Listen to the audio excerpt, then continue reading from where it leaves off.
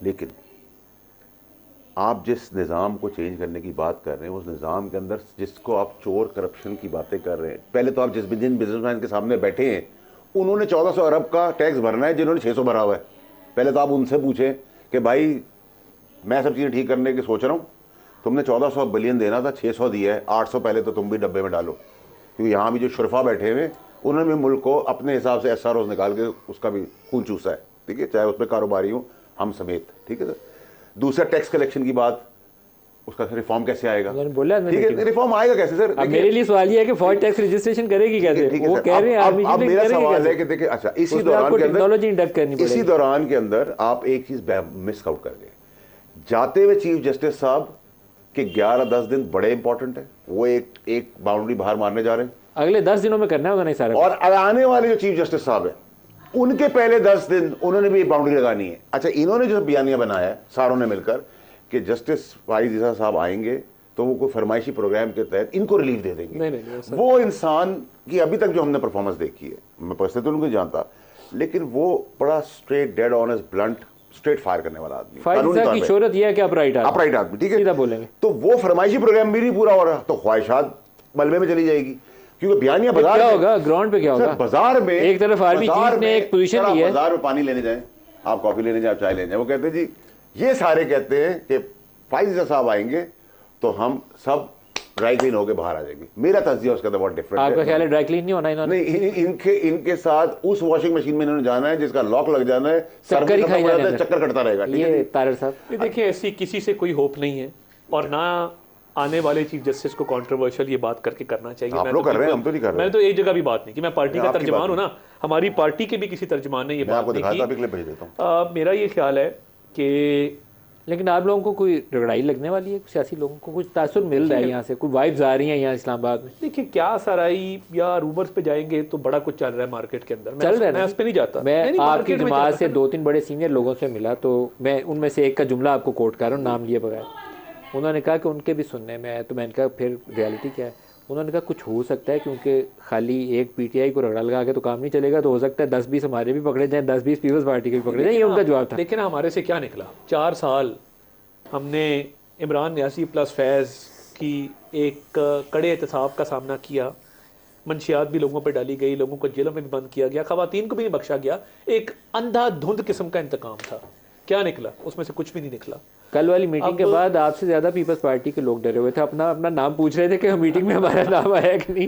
کچھ جو ماضی میں موٹر سائیکل پہ بیٹھتے رہے ہیں انہوں نے پوچھا کہ وہ بندہ موٹر سائیکل پہ بیٹھتا تھا اس کا نام تو نہیں آیا میٹنگ کے اندر. وہ تو وہ جانے پیپلز پارٹی جانے، مگر میں یہ سمجھتا ہوں کہ نیب قوانین کے حوالے سے جو آج چیف جسٹس صاحب نے کہا نا شارٹ اینڈ سویٹ، میری دعا ہے اللہ تعالیٰ سے کہ کاش یہ نیب کی ساری امینڈمنٹ ختم کرتے ہیں.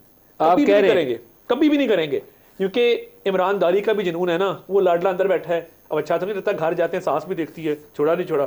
چیف صاحب نے کہا کچھ چیزیں اچھی ہیں. ہاں، وہ کچھ چیزیں کیوں اچھی ہیں؟ وہ عمران اسپیسیفک امینڈمنٹس بندیال صاحب کر کے جائیں گے جو پارلیمان کا کام ہے. اسپیسیفک کی ہیں اگر وہ میں آپ کو بتاؤں شہباز شریف صاحب کے کتنے کیس ہیں آشیانہ میرٹ پہ بری ہوئے، نئی امینڈمنٹ کا مجھے شک ہے ان کا 26 ارب والا کیس کھل جانا. ایسٹس کا کیس میرٹ پہ بری ہوئے، امینڈمنٹ کا سہارا 26 ارب ایک کیس میں وہ میرٹ پہ ہوا ہے، ایک کیس میں امینڈمنٹ آ گئی نہیں.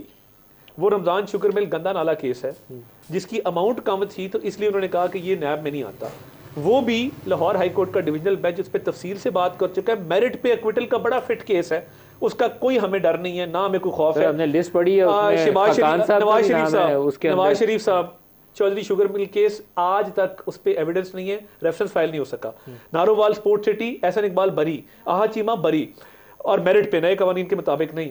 ڈر کہاں پہ ہے؟ Billion tree tsunami, B R T Peshawar, Malam Jabba, helicopter تو کھل جائیں گے نا، توشہ خانہ، یہ بندیال صاحب اڑائے نا ساروں کے کھل جائیں گے. نہیں اڑ جانا ہے سر، دیکھتے ہیں. اس کے اندر 2 حصے آنے ہیں جو میری اینٹیسپیشن ہے. ایک وہ بولیں گے کہ یہ 3-4 چیزیں with malafide intent کی گئی تھی، اسٹرائک ڈاؤن، اور وہیں سے کنسیڈر کیا جائے گا جہاں سے کی گئی تھی. سب سے زیادہ خطرہ اٹک میں بیٹھے انسان. لا امینڈ کرنے کے لیے معاملہ دوبارہ پارلیمان کو وہ ریفر کر دیں گے تو یہاں سے معاملہ کھلے گا. ندیم ملک صاحب، طارق صاحب اچھا بولتے ہیں. انہوں نے کہا کہ فیض کی ہم نے تکلیفیں برداشت کی، اور آپ کی سرکار نے بیٹھ کر فیض کا کیا کر لیا؟ اور جب اکاؤنٹیبلٹی ہوگی، جب تینوں پارٹیاں مخلص نہیں ہوں گی اور ان کے کرپٹ لوگ جو ہیں ان کی اکاؤنٹیبلٹی ہوگی، تو پھر اکاؤنٹیبلٹی تو جو ادارے میں بیٹھے ہوئے کرپٹ لوگ تھے ان کی بھی ہوگی, تو جسٹیفائڈ یونیفائڈ چیز چلے گی. سر دیکھیں جنرل آصف منیر نے اگر واقعی لوگوں کو یہ یقین دلانا ہے کہ وہ اکراس دی بورڈ احتساب پہ یقین رکھتے ہیں, تو انہیں پھر ادارے کے اندر جو جن لوگوں نے دیکھا نا اسمگلنگ بھی ہوتی ہے, تو اسمگلنگ بارڈر پہ ہوتی ہے, تو وہاں پہ بھی جن لوگوں کی پوسٹنگ رہی ہوگی تو ان کا بھی نام آئے گا. وہ پوچھیں گے کر رہے ہیں جو پیٹرول آتا ہے کراچی میں آگے بکتا ہے ایرانین, اس کو پوچھیں گے. جو ڈالر اسمگل ہوتا ہے اسے پوچھیں گے. یہ تو پوچھنا پڑے گا. صرف دیکھیں آرمی چیف صاحب کی انٹینٹ, ان کی خواہش, ان کی سوچ, ان کا جو بھی اس کے لیے وہ فورن انویسٹمنٹ آ رہے ہیں, ریڈ ٹیپ ختم کر رہے ہیں, جو بھی سب کوششیں کر رہے ہیں, لیکن انہوں نے ٹرکل ڈاؤن کروانا تو انہی بے ایمان لوگوں سے ہے جو بیوروکریسی کے اندر بیٹھے ہوئے ہیں, جو سیاستدان ہیں. سر مجھے ایک بات کا جواب جو میٹنگ کے اندر باتیں کی ہیں, انہوں نے اس چیز کی یقین دہانی اس کو ایم بی ایس کو کروائی ہے, محمد بن سلمان کو کرائی ہے, اور اس کی یقین دہانی انہوں نے ایم بی زی کو کروائی ہے یو اے میں, اور پکا یقین دلایا کہ وہ انشور کریں گے کہ نہ اس میں کک بیکس ہوں گی, نہ اس میں ریڈ ٹیپ آئے گی, نہ اس میں کرپشن آئے گی, اور ون ونڈو آپریشن کے ذریعے اس انویسٹمنٹ کو گارنٹی کیا کہ جو ہمارا ہم جو سوچ رہے ہیں اسی حساب سے چیف صاحب کامیاب بھی ہوں. لیکن لیکن لیکن لیکن لیکن لیکن اگر اسٹیبلشمنٹ کی پروگریسو کام کے اندر اگر پھر سے یہی ایکسپائرڈ لیڈرز اور پولیٹیکل پارٹیز, یہی وہ 15-20 شکلیں جو چل کھڑے نہیں ہو سکتے, بیٹھ نہیں سکتے, جنہوں نے ملک کا تہس نہس کر دی ہے, جو پارٹ ٹائم پالیٹکس یہاں کرتے ہیں, یہاں پالیٹکس کی, یہاں فلائٹ لی یہاں لنڈن, یہاں پالیٹکس کی فلائٹ لی دبئی, یہاں فلائٹ لی اسپین, اور مزیدار بات ہے جانے کے بعد ان کے نام ای سی ایس میں رکھتے ہیں, لگائے جاتے ہیں. سب سے مزیدار بات یہ ہے, ٹھیک ہے, اگر یہ نظام نہیں بدلا تو کیوں ہم تو پھنس گئے ہیں نئے پاکستان اور پرانے پاکستان کے بیچ میں ایک عجیب پاکستان کے اندر. ٹھیک ہے, اس عجیب پاکستان سے نکالنے کے لیے کچھ عجیب کام کرنے پڑیں گے, اور وہ کام کرنے پڑیں گے جو شاید شاید شاید ضیاء الحق صاحب نے کیا. اگر اس ڈگر پہ آپ جا رہے ہیں تو ملک ٹیک آف کرنے کی کوشش میں آ جائے. جنرل ضیاء الحق کی مثال اچھی نہیں ہے جو آپ نے دی ہے. پیپلز پارٹی والوں پھر سر آپ ایک کام کریں, میں بریک لے لوں. ابھی پیپلز پارٹی والے بڑے ڈرے ہوئے ہیں. طاہر صاحب سے میں پوچھتا ہوں کیونکہ پچھلے 2-3 روز میں پیپلز پارٹی والے خائف ہیں کیونکہ یہ زمینوں کے قبضے اور دوسرے معاملات کے اوپر کچھ لوگوں کے نام سامنے آئے ہیں. آج بھی پنجاب میں, تو وہاں شہباز صاحب کیوں باہر ہیں؟ آج بھی پنجاب میں یہی ہے. شہباز صاحب آج کی تاریخ میں پنجاب میں یہی ہے. آپ کے خیال میں شہباز صاحب تاریخ میں کے پی کے میں بھی یہی ہے. آج کی تاریخ میں سب کچھ آپ کے خیال میں چل رہا ہے. آپ کے خیال میں شہباز صاحب لندن کیوں ہیں؟ پارٹ ٹائم ان کو لگا کل کی واپس آ جائیں گے, بریک لے لیں گے ہمارے ساتھ. طاہر صاحب سیاسی منظر نامہ کیا بنے گا کیونکہ اکنامک مینجمنٹ اسی عرصے میں ہونی ہے. ڈالر کی سلائڈ نہیں رک رہی, 307 پہ ہے. آپ کے چیف کے بیان کے بعد بہت سے لوگ آج یہ دیکھ رہے تھے کہ مارکیٹ کے اندر 10-15 روپے ریکوری آتی ہے کہ نہیں. انٹر بینک میں ریکوری نہیں ہے, اسٹاک مارکیٹ ابھی بھی گری ہے. تو آپ کو امپلیمنٹیشن کی طرف جانا ہے اور ہر صورت جانا, چاہے وہ آرمی چیف اس کی ذمہ داری اٹھاتا ہے یا کوئی اور ذمہ داری اٹھاتا ہے. کسی کو ڈرائیونگ سیٹ پہ بیٹھنا چلے گا, آٹو کے اوپر نہیں چل سکتا. اس وقت آٹو پہ چل رہا ہے. دیکھیں ہمارے دور میں جو ایک انیشیٹو تھا, اور وہ آرمی چیف صاحب کا انیشیٹو تھا, جو اسپیشل انویسٹمنٹ فیسیلیٹیشن کونسل بنی SIFC, اس میں ایگریکلچر, مائننگ, IT 3-4 فیلڈز کو شارٹ لسٹ کیا گیا فار انویسٹمنٹ پرپسز. اس میں جو ہمارے دوست ممالک ہیں انہوں نے بڑا کین اور ڈیپ انٹرسٹ شو کیا.